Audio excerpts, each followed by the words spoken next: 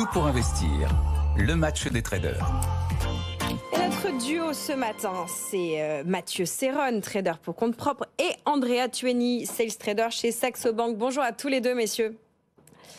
Bonjour à tous. Bon, demain. Bonjour. Demain, c'est le week-end prolongé pour vous. Donc, donnez-nous des bons conseils et une bonne vision de la journée d'aujourd'hui, s'il vous plaît. Où on voit que le CAC s'est remis en marche avant. Qu'allez-vous faire aujourd'hui? Peut-être Andrea pour démarrer. C'est vrai qu'on a des marchés qui repartent légèrement. On a un nouveau point record sur le CAC. Alors on l'avait déjà fait sur le futur en début de séance. Donc avant l'ouverture à 9h, on avait déjà fait un niveau autour des 8245. Donc c'est un niveau qu'on avait déjà un petit peu testé techniquement sur le marché. Donc ça devient aujourd'hui un niveau de résistance, un niveau qu'il faut franchir. C'est les marchés américains qui ont donné hier le carburant pour justifier aujourd'hui cette hausse dans les premiers échanges sur le CAC. Mais il faut quand même se méfier parce que c'est une séance du coup fin de mois, fin de trimestre. Les marchés seront fermés demain et lundi. Donc du coup, c'est une séance qui va être un petit peu particulière potentiellement, avec peut-être des arbitrages qui vont être faits pour justement maquiller un petit peu ces fins de mois, ces fins de trimestre. Donc il faudra un petit peu surveiller la dynamique des marchés aujourd'hui qui peut être un petit peu variable. Mais c'est vrai que globalement, on continue de garder un biais évidemment positif sur le marché. Attention toutefois, on aura quelques indicateurs aujourd'hui, PMI de Chicago, l'indice de confiance de l'Université du Michigan, et on aura surtout le PCE demain dans un marché fermé. Donc du coup, c'est un indicateur qui va composer un risque. Donc attention quand même à pas porter un risque trop fort pendant du coup un week-end prolongé. Donc ça peut être aussi une indication sur peut-être des mouvements de protection en fin de journée pour éviter justement de porter un risque trop important sur le marché. Mais c'est vrai qu'on a quand même ce sentiment que les investisseurs restent extrêmement positifs sur le marché. Donc on a 8245 qui aujourd'hui apparaît comme la résistance principale. Au-delà, ça peut être en projection, si on se projette 8275 et 8300 en niveau psychologique. Mais les niveaux d'alerte, ils sont extrêmement éloignés parce que si on le relève légèrement, ça peut être un niveau comme 7975, le premier niveau d'alerte, mais la vraie zone d'alerte, elle est même légèrement en dessous, autour des 7850 sur le CAC. Donc on est très éloigné de ces niveaux-là. Tant qu'on reste au-dessus, on a un potentiel de hausse qui reste intact. Donc pour le moment, le biais, il reste encore une fois extrêmement positif sur le marché. Bon, demain, vous l'avez rappelé, publication de l'inflation PCE et puis un discours du patron de la Fed, Jérôme Powell. Tout ça pendant que Wall Street est fermé et que vous aussi, vous serez au repos, Mathieu Serron. Qu'est-ce que vous faites aujourd'hui? Est-ce que vous surveillez les mêmes niveaux techniques qu'Andrea? Oui, tout à fait, avec des marchés, comme Andrea le disait, qui restent sur une dynamique très haussière. On se demande bien ce qui viendra enrayer cette dynamique-là. En effet, c'est l'occasion aujourd'hui, je pense, d'accrocher de nouveaux records. L'occasion est idéale, comme le disait Andrea, fin de mois, fin de trimestre même. Et c'est l'heure des petits bilans. Et quand on regarde la performance du CAC sur le premier trimestre, on est sur une hausse de 9%. C'est le même ordre de grandeur aux États-Unis, puisque le SP500, à l'heure où on se parle, est en hausse de 10% depuis le début de l'année. Donc les US, quant à eux, seront ouverts lundi, donc fermés demain comme nous, mais ouverts lundi.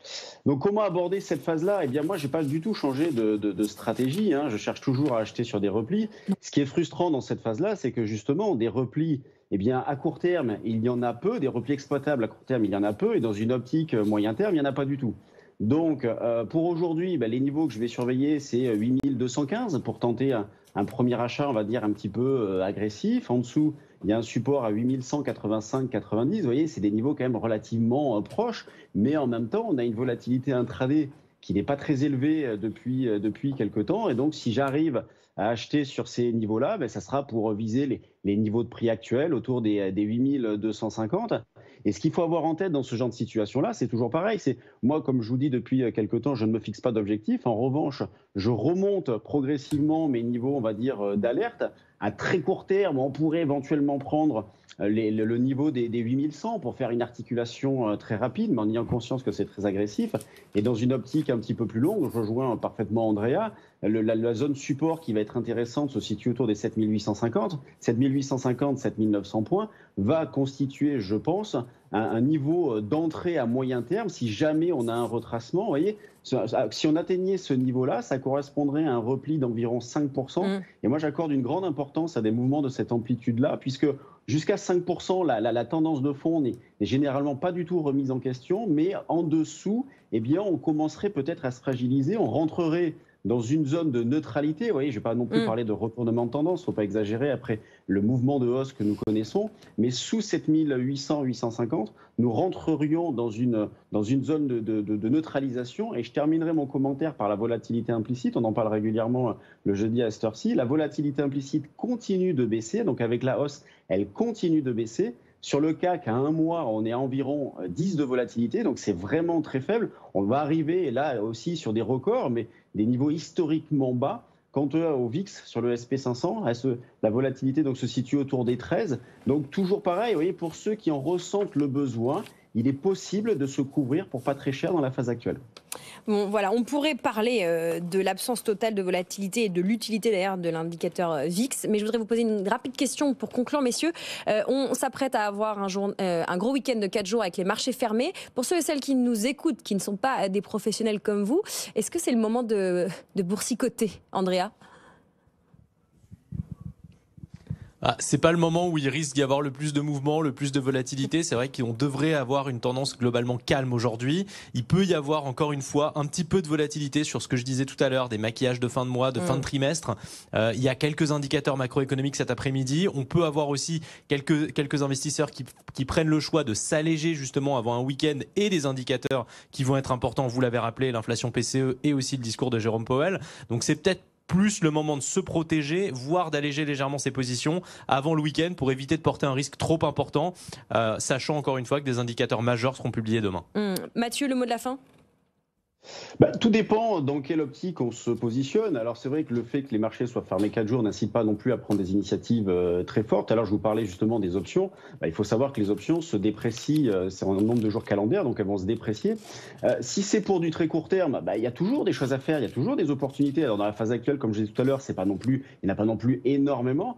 En revanche, dans une optique à moyen terme, là, pour le coup, je pense qu'il n'y a rien à faire du tout.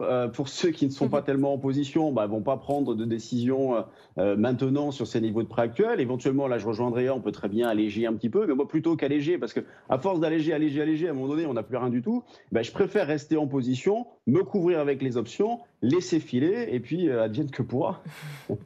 Merci beaucoup à tous les deux. Merci Mathieu Serron et merci Andrea Tueni. Bon repos mérité pendant ces 4 jours. On vous retrouve la semaine prochaine, j'espère.